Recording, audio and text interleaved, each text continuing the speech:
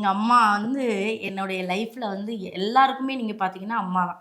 நம்ம எதுக்குமே ஆக மாட்டோம் அப்படின்னு எல்லாரும் நினச்ச காலத்தில் என் பொண்ணுக்கிட்ட ஏதோ ஒரு திறமை இருக்கு வந்துருவா அப்படின்னு முதல்ல நாட்டியம் படிக்கிறதுக்கு எங்கள் வீட்டில் எல்லாருமே எதிர்ப்பு. அப்போ அவளுக்கு என்ன பிடிக்குதோ அதில் வரட்டும், அவள் வந்துருவா பெரிய ஆளான்னு எனக்குன்னு இல்லை, என் தம்பிக்கு, எங்கள் அண்ணனுக்கு, எல்லாத்துக்குமே அவங்கவுங்களுக்குன்னு ஒரு வழியை ஏற்படுத்தி விட்டது எங்கள் அம்மா தான். எங்கள் அம்மா வந்து சாவ போகும்போது நான் அந்த ஹாஸ்பிட்டலில் இருக்கிறேன். எங்கள் அம்மா சுயநினைவு இல்லாமல் விழுந்துட்டாங்க. அப்போ எங்கள் அப்பா வந்து கீழே கொரோனா வார்டில் இருக்கார்.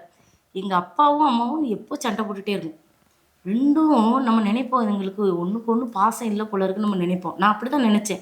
எங்கள் அம்மா மாதிரி ஒரு சந்தேகப்படக்கூடாது நம்ம அப்பாவை அப்படின்னு நான் நினைப்பேன். எங்கள் அப்பா அங்கே வெளியில் யார்ட்டையாவது பேசிக்கிட்டு இருந்தாருன்னு வச்சுக்கோங்களேன், கையில் ஏதாவது பொருள் வச்சுருந்தா அப்படியே எட்டி பார்ப்பான். அப்படியே போட்டுட்டு ஓடிடுவா. அது என்ன எவ்வளோ பெரிய பொருளாக இருந்தாலும் சரி.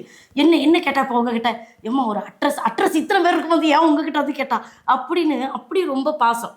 அப்போது சாவ போகிறதுக்கு அந்த சுயநினைவு இழக்கிறதுக்கு ஒரு அரை மணி நேரத்துக்கு முன்னாடி கூட, ஓ இப்போ பவுட்ரு போடுறீங்களா, எந்த நர்ஸ் வந்து உடைய பார்க்க போகிறாரு, இப்போ பவுட்ரு போட்டு நிற்கிறீரு அப்படின்னு அப்படி பேசின அம்மா இப்போ வந்து சுயநினைவு இழந்துருச்சாங்க.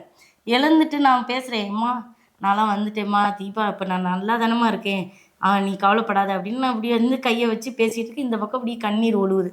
ஆனால் எதுக்குமே ரியாக்ட் பண்ணல. எங்கள் அப்பா வந்து எரி அப்படின்னோடனே இப்படி சிலுத்துக்கிட்டு, அப்போ தான் அவங்க எவ்வளோக்குள்ள ஒருத்தருக்கு ஒருத்தர் ஒரு அன்னோன்யமாக ஒரு புரிதலாக இருந்திருக்காங்க. எங்கள் அம்மா மாதிரி தைரியம் கொடுக்கறதுக்கு ஒரு ஆள் பார்க்க முடியும். நீங்கள் எங்கள் அம்மா என்ன சொல்ல தெரியுமா, அம்மா போயிட்டா சும்மா அழுதுட்டு உட்காந்துருக்க கூடாது, அடுத்த வேலை என்னமோ அதை பார்த்து போயிட்டே இருக்கணும் லைஃப்பில். எங்கள் அம்மா இருக்கும்போதே சொல்லுவாள். அது மாதிரி எங்கள் அம்மா இறந்து போன அன்னைக்கே நான் வந்து ஒரு சீரியலுக்கு டப்பிங் பேச போனேன். சீரியலுக்கு டப்பிங் பேச போயிருந்தேன். ஒரு எங்கள் அம்மா வந்து இன்னைக்கு எங்கள் அம்மா வந்து கையை பிடிச்சிட்டே தான், என் கையை பிடிச்சிட்டு தான் எங்கள் அம்மா உயிர் போச்சு. இந்த ஆசீர்வாதத்தை அப்படியே குடிச்சிட்டு போயிட்டாலோ என்னமோ, திடீர்னு பார்த்தா தீபா வீடு மாளிகை வீடாகிட்டு, கார் பெரிய காராகிட்டு, பிள்ளைகளெல்லாம் படிக்க வைக்கிறதுக்கு எங்கள் அம்மா தான் கடவுளாக இருந்து ஆசீர்வாதம் பண்ணோம். அவ்வளோதான். கண்டிப்பாக்கா, கண்டிப்பா. சூப்பர். எப்போதுமே அவங்களோட ஆசீர்வாதம் உங்களுக்கு இருக்கும்.